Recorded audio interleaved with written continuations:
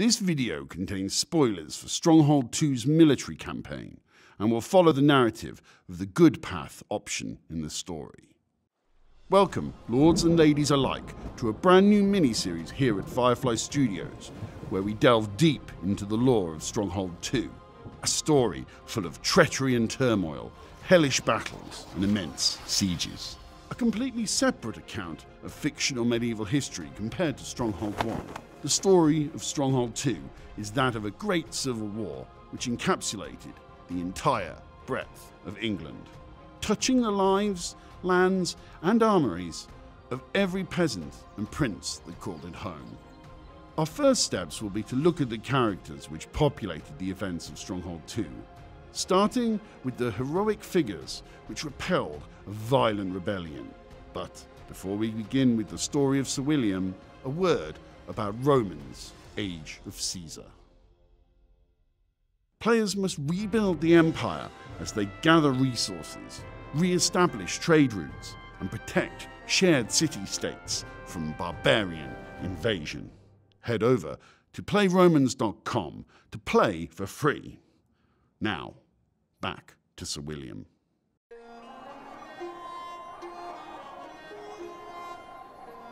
Sir William is said to be born of a cherished bloodline located in Staffordshire within the middle of England, an instrumental part of the country which bridged east to west and north to south. His childhood was privileged, unplagued by the cruelties and uncertainty that was common in medieval life. Groomed for leadership from an early age, trained in noble manners and feudal tradition, he learned basic literacy and was judged on his speech and decorum. At the age of 7, he set out on his first steps towards the honourable life of knighthood. He became a page of a local lord, a servant sent to a nearby great house to run messages, clean clothing and weaponry, and of course, learn the basics of combat. As William's experience grew, he examined strong suits of armour as he polished them, analysed the hunting of game as he gathered food, and gained confidence on horseback. This was fertile ground for the growth of an exceptional knight and true gentleman of his age. But his education was not confined to the safety of the county's woodlands and warm courtly halls.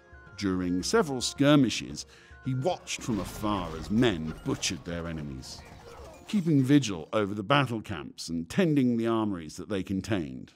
At first, he felt sick at the sight of blood, but soon grew accepting of its necessity when your home was endangered.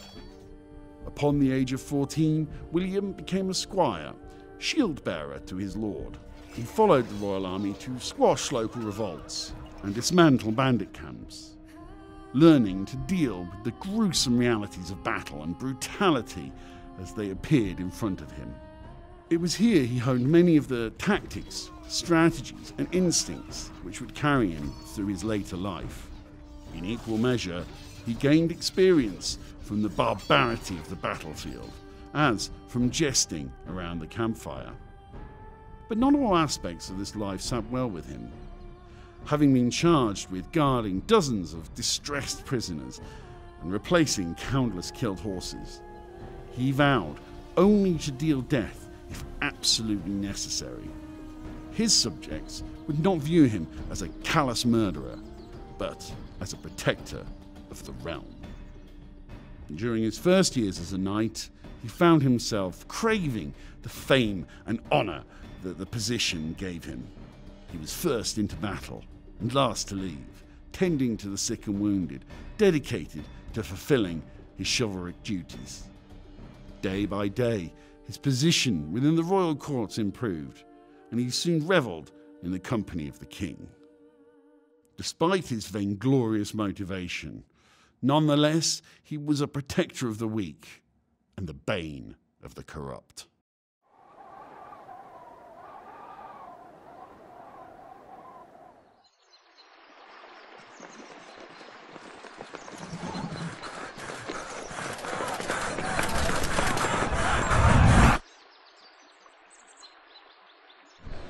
Bring him down!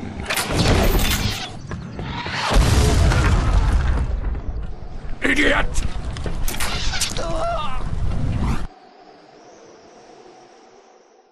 The civil war of the 11th century would challenge William's entire being, not only on the battlefield, but within his own bloodline. An opportunistic plot by rebel invaders sent the country into chaos, orchestrated by William's very own brother, Pascal Devereux. Dealing his first blow, Pascal secretly poisoned the king. This filled the country with uncertainty and fear of another period of stately campaign and false claims. And whilst the king lay sick and weak on what some dreaded would be his deathbed, Pascal launched the second part of his plan. The devastating second swing to an already reeling country. The last of the Viking lords, Olaf, was invited via a large sack of gold to attack the north. William responded, rallying his troops and assembling the royal army. But this only played into a devastating final ploy from Pascal, where the full extent of his treachery was revealed. William was persuaded to sign off the army to Pascal in case he fell in battle and left the royal army leaderless. Once William was deep in the north of the country and entangled with Olaf, Pascal finalised his country's descent into calamity. He disbanded the army, leading the king to flee into the wilderness. England was now in disarray, lawless and anarchic. Pascal basked in his betrayal, with fellow barons Lord Berkeley and Edwin Blackfriar joining him. William, after years of preserving the peace and beauty of England, saw all his hardship undone by his own brother. The countless lives he swore to protect, endangered by his own bloodline.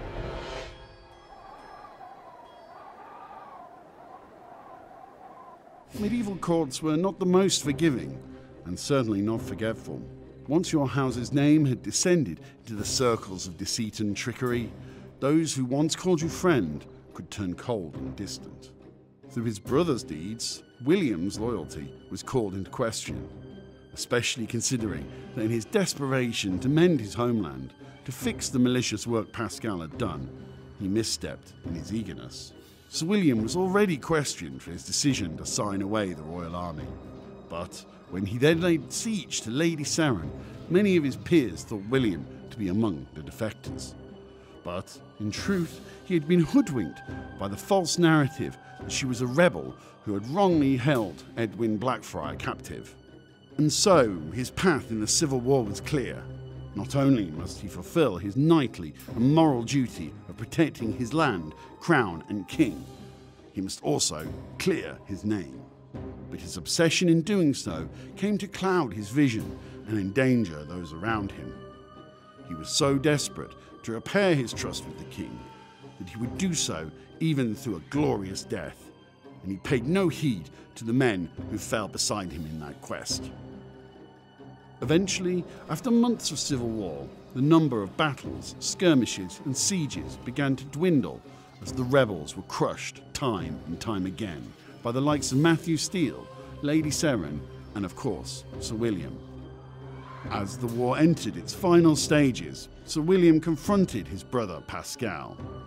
From across a river he shouted as Pascal listened to the words of his only brother from atop his battlements, cursing him for dragging their family's name through the mud, for breaking both the trust of the king and their own brotherly bond.